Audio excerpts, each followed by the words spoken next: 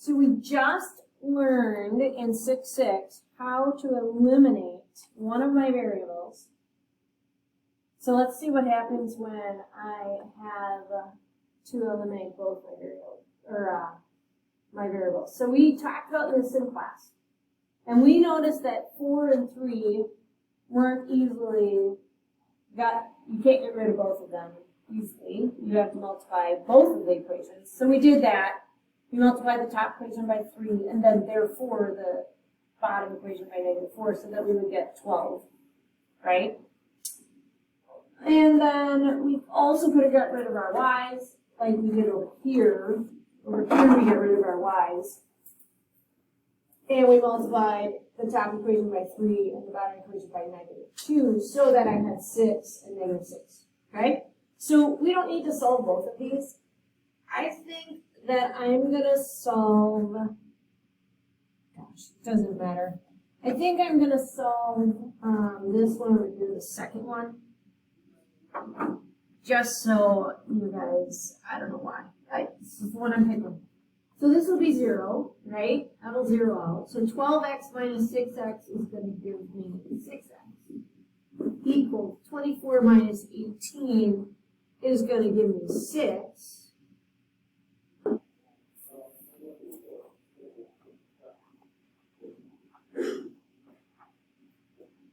All right, so now I have 6x equals 6. So what do I have to do to get x by itself? Divide both sides by 6. So my x is going to be 1. All right, so now how do I figure out what my y is? Go back to either equation. Doesn't matter which one, right? And when you go back to either equation, you're going to get your new value, plug that 6 or that 1 in. So if we use the top one, 4x plus 2y equals 8. So I got 4 times 1 plus 2y equals 8. 4 plus 2y equals 8. Subtract 4, right? Or I mean add a negative. Sorry. That'll 0. I got 2y equals 8 minus 4 is 4. Right? Divide both sides by 2. Y equals 4 divided by 2 is 2. And that will give me my answer of x equals 1 and y equals 2. And I'm done. Okay? So on this 6-7, we're working at getting rid of our x's and y's. We have to do 2 multiplications. So let's look at this one.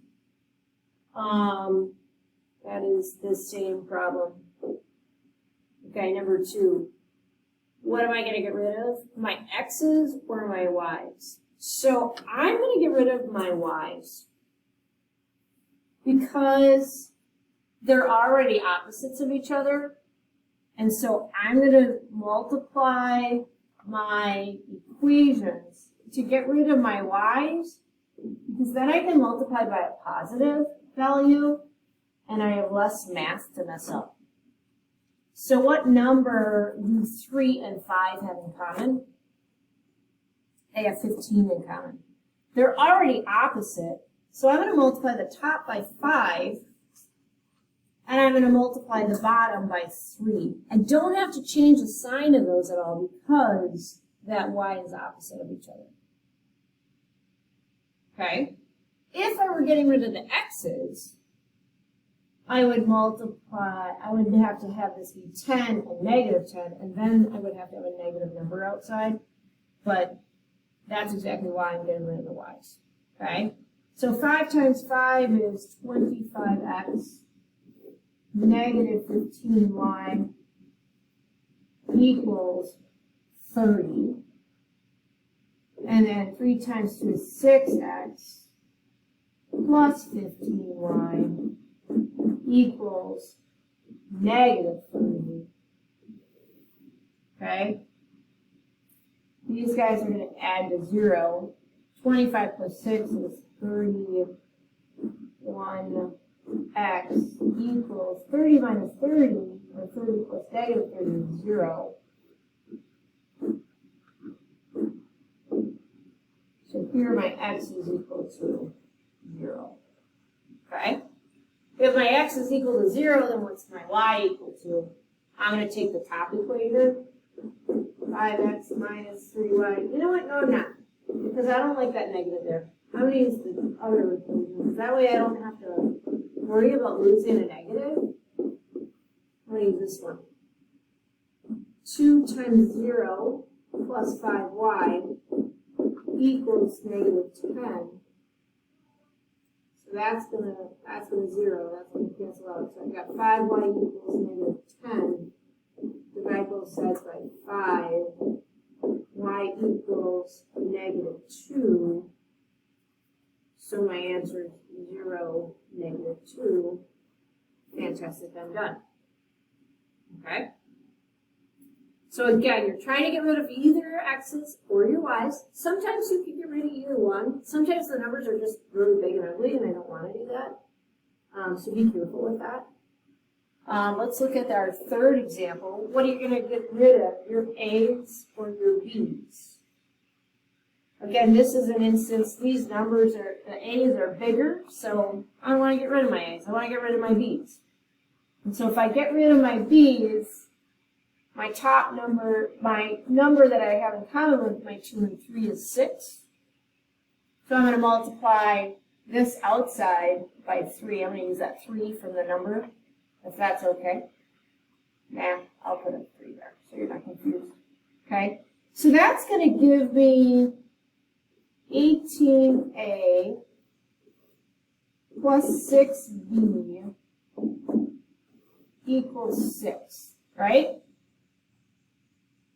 So if this is a 6, what does this have to multiply to? That's got to multiply to negative 6.